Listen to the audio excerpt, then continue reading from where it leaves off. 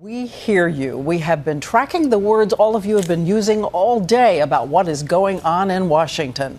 Words like bizarre, sabotage, blackmail, and enough.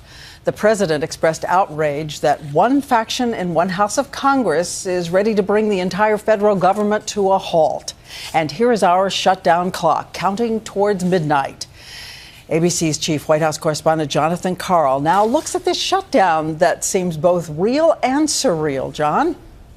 Diane, I'm told the president just spoke to the Speaker of the House for the first time in more than a week, but no breakthrough. We are headed toward a shutdown. With a shutdown now all but certain, the president issued a warning. A shutdown will have a very real economic impact on real people. It would throw a wrench into the gears of our economy at a time when those gears have gained some traction. He placed the blame entirely on conservative Republicans in the House who are demanding an end to Obamacare. One faction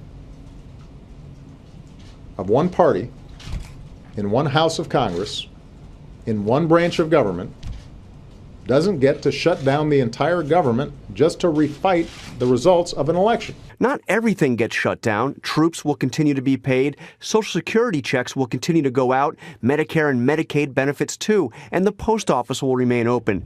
But every national park will be shuttered. Veteran support centers closed. More than 800,000 federal workers told to stay home without pay. It's Washington dysfunction at its absolute worst.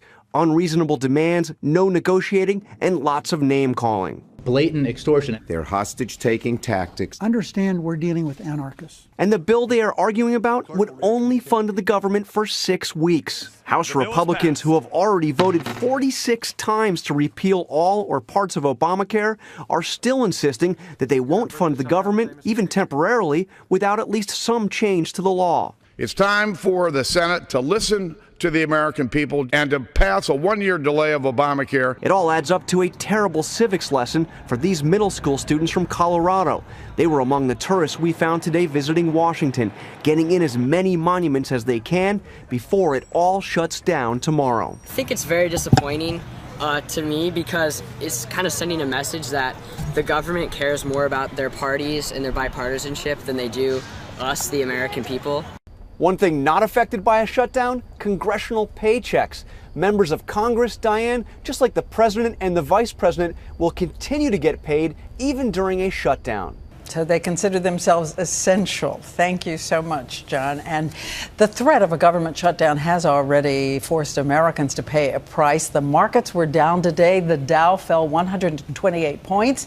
And ABC's chief business and economics correspondent Rebecca Jarvis is here to bring this right into the American home. Tell us how much it's going to cost the average American family budget. It could cost the average American family thousands of dollars, Diane. All of this D.C. dysfunction, we know, comes at a cost for real people, the American people. It creates uncertainty, and economists think it could cost our economy $8 billion a week.